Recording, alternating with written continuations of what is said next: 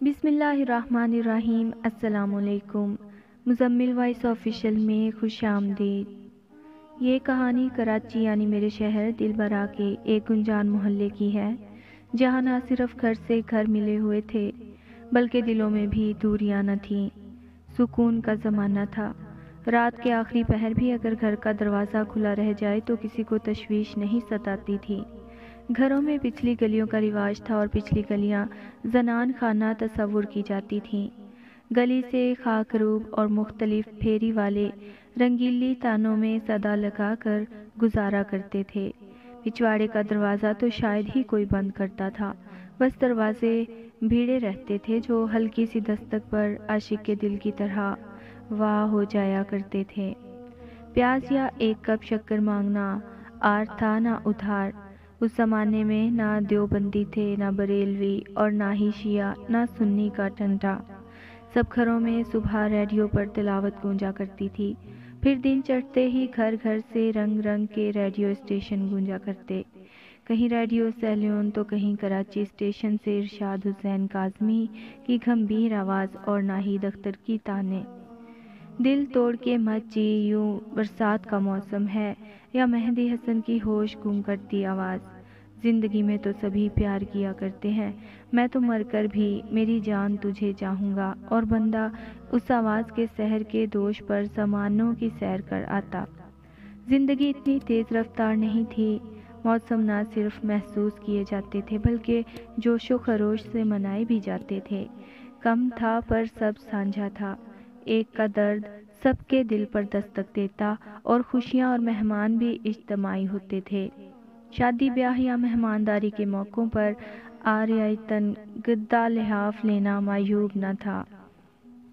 یہ اسی دور مخلصی کی پریم کتھا ہے۔ گلی میں ہم دونوں کے دروازے آمنے سامنے کھلتے تھے۔ وہ بوٹے قد کی ڈمپل والی حسین لڑکی تھی، چمپئی رنگت اور گہرے سیاہ بالوں کی گھٹنوں کو چھوتی ہوئی موٹی ریشمی چوٹی۔ وہ چندر مکھی ہستی پہلے اور بولتی بعد میں تھی، زندگی کی امنگوں سے سرشار، جہاں بیٹھ جاتی محفل گشت زعفران بن جاتی۔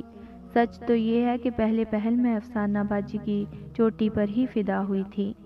ہم دونوں تقریباً ایک ہی وقت میں کالج کے لیے نکلا کرتے تھے۔ میں فرسٹ ایئر کی الہڑ احمق تھی اور وہ فورتھ ایئر کی نازنین۔ افسانہ باجی 8 بھائی بہن تھے اور ترتیب میں تیسرے نمبر پر تھیں۔ 5ویں نمبر پر جو بہن تھی دردانہ، وہ میری ہم جماعت تھی، پر میری اس سے بس الیک سلیک تھی، دوستی نہیں تھی۔ ہنسوڑ اور زندہ دل تو وہ سارا گھرانہ ہی تھا۔ صبح فجر کی نماز کے بعد آنٹی کی پرسوز آواز میں تلاوت کے بعد باورچی خانے میں برتنوں کے کھڑکنے کے ساتھ ہی اس گھر میں زندگی کی لہر چہر شروع ہو جاتی اور ایک ہڑبونگ مچ جاتی۔ 3 کمروں کا مختصر سا گھر جس کے مکینوں کا بیشتر کام اور وقت صحن میں ہی بسر ہوتا، اور ہوا کے دوش پر تلتے پراٹھے اور آملیٹ کی خوشبو کے ساتھ ساتھ کہکہے اور خوش نوائی بھی اڑوس پڑوس میں سفر کرتی پھرتی۔ مجھے وہ گھرانہ اپنی زندہ دلی کے سبب بہت پسند تھا، اور کچھ آنٹی کی محبت بھی دامن میں دل کھینچتی تھی۔ جانے اللہ تعالیٰ نے ان کے وجود میں کس قدر وسیع دل رکھ دیا تھا کہ اپنے 8 عدد جگر گوشوں کے باوجود وہ مجھ سے بھی بہت محبت کرتی، اور دن کے کھانے پر تقریباً روز ہی میرے لیے کچھ نہ کچھ سوغات ان کے گھر سے ضرور آتی، بھلے وہ دل کی چٹنی ہی کیوں نہ ہو۔ میری پہلی دوست اس گھر میں محبت سے لبریز دل رکھنے والی شفیق سی آنٹی ہی تھیں۔ اتنا بڑا کنبہ تھا اور آنٹی ماتھے پر شکن ڈالے بغیر مشین کی طرح مستقل کام میں لگی رہتی۔ 4 بیٹیوں کو میں نے بہت کم ہی باورچی خانے میں دیکھا تھا۔ 8 بھائی بہنوں کا مشغلہ گپ مارنا، بیت بازی، لوڈو، کارڈز اور شطرنج کی بساط تھا۔ افسانہ باجی سے دوستی کا سبب کتابوں کا شوق تھا۔ وہ کتابوں کی رسیاں تھیں اور ادھر بھی کچھ ایسی ہی جنوں خیزی تھی۔ بس اس سبب ہم دونوں باوجود عمروں کے فرق کے ہم پیالہ و ہم نوالہ ہو گئے تھے۔ گلی میں میرے گھر کی دیوار کے ساتھ آم کا کٹا ہوا تنا پڑا رہتا تھا، جو میرے ہی گھر میں تیسرے کمرے کی تعمیر کی خاطر کٹا تھا، اور جس کے کٹنے کا مجھے شدید قلق تھا، مگر تعمیر بھی ضروری تھی۔ شام میں عصر کی نماز کے بعد جب دھوپ کی حدت مان پڑ جاتی تھی اور کراچی کی مشہور و معروف سمندری ہوا دست مہربان کی طرح گلے لگتی، تو میں 2 مگ چائے۔ ان دنوں مگ میں چائے پینے کا نیا نیا رواج چل پڑا تھا اور ابا جان پشاور کے باڑے سے بہت خوبصورت مگ لائے تھے۔ یہ بنا کر افسانہ باجی کو آواز دیتی اور اسی تنے پر بیٹھے بیٹھے ہم دونوں کتابوں کو ڈسکس کرتے رہتے، یہاں تک کہ شام سرمئی آنچل اوڑھ لیتی اور پھر امی یا آنٹی کی صدا آتی کہ نماز قضا کرنی ہے کیا، اور ہم دونوں ہڑبڑا کر اگلی شام کے وعدے پر اپنے اپنے گھر کی راہ لیتے۔ اکثر افسانہ باجی کے گھر ان کا ایک گھنگریالے بالوں والا ہینڈسم سا کزن آرمی کی جیپ پر آیا کرتا تھا۔ اس کی آمد پر افسانہ باجی کی چہب نرالی اور آواز کا سر اور چال کی لہر متوالی ہو جاتی تھی۔ اس دن عصر کے بعد کی نشست بھی معطل ہو جاتی۔ میں نے جب یہ بات تواتر سے نوٹ کی تو ایک دن ہمت کر کے ان سے پوچھ ہی لیا، گو کہ ہم دونوں دنیا جہان کے موضوع پر گفتگو کرتے تھے مگر ایک رکھ رکھاؤ اور حد ادب کی پردہ داری بہرحال حائل تھی۔ کچھ دن تو افسانہ باجی نے ٹال مٹول سے کام لیا مگر ایک دن خود ہی اپنی محبت کا شریک راز کر لیا۔ شاید وہ اس کومل بوجھ کو اٹھائے اٹھائے بھرے بادل کی مانند ہو گئی تھی جس کا برسنا ضروری ہو گیا تھا۔ افسانہ باجی کے ساتھ میں نے بھی اس وادی اسرار کی خوب سیر کی۔ محبت انسان کو کتنی خوبصورتی، گداز اور فراحی عطا کرتی ہے، اس کا مشاہدہ بھی کیا۔ ایک دفعہ افسانہ باجی نے مجھے ایک کتاب پڑھنے دی اور اس کتاب کا ہر رومانٹک جملہ انڈر لائن تھا۔ یہ بات ذرا خلاف معمول تھی کیونکہ اچھے جملے یا پیراگراف ہم دونوں ہی انڈر لائن کیا کرتے تھے مگر یہ سارے کے سارے جملے اس قدر واشگاف تھے کہ حد نہیں۔ میں نے پلٹ کر سر ورق دیکھا اور بے اختیار مجھے ہنسی آ گئی کہ وہاں مرسلین احمد لکھا تھا۔ اوہو، تو یہ خوش جمال صاحب کی کتاب تھی۔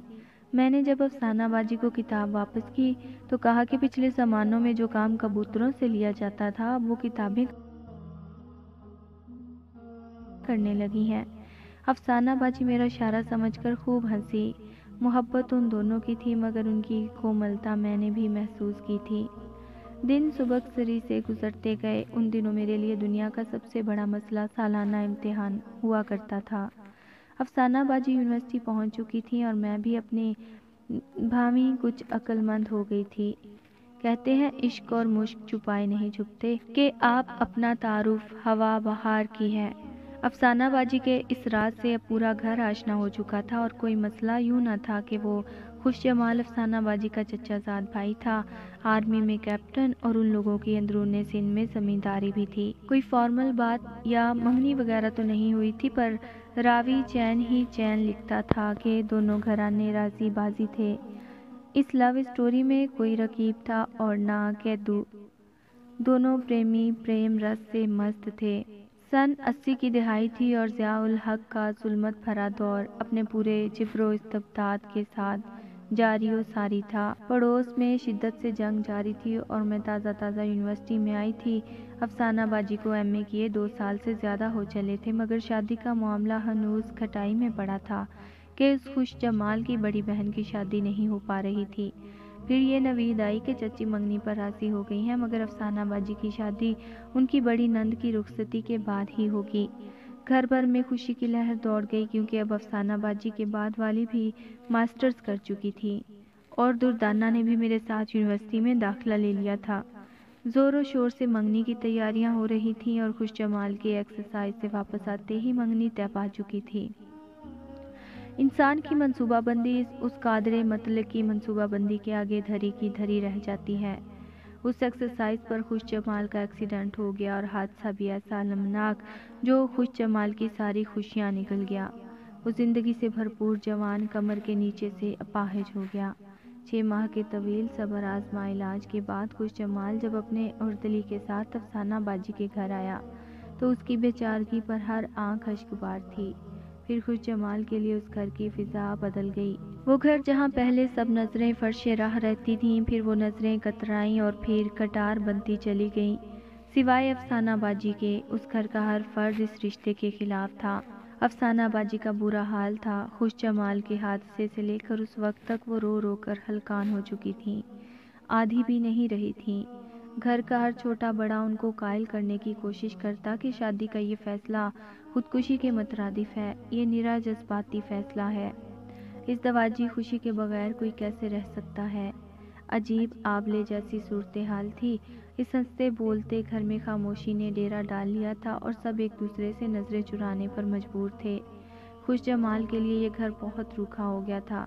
اس شیر جوان کو ویل چیئر پر دیکھ کر ایسا لگتا تھا کہ جیسے کسی نے دل پر تیر مارا ہے اور تیر کی انی اندر ہی گڑی رہ گئی ہے۔ ایک دن آنٹی نے مجھے افسانہ باجی کو سمجھانے کے لیے کہا۔ میں بھلا کیا بولتی، بس ان کے ساتھ آنسو بہاتی رہی کہ میں اس محبت کی کہانی کے ہر راز کی امین تھی۔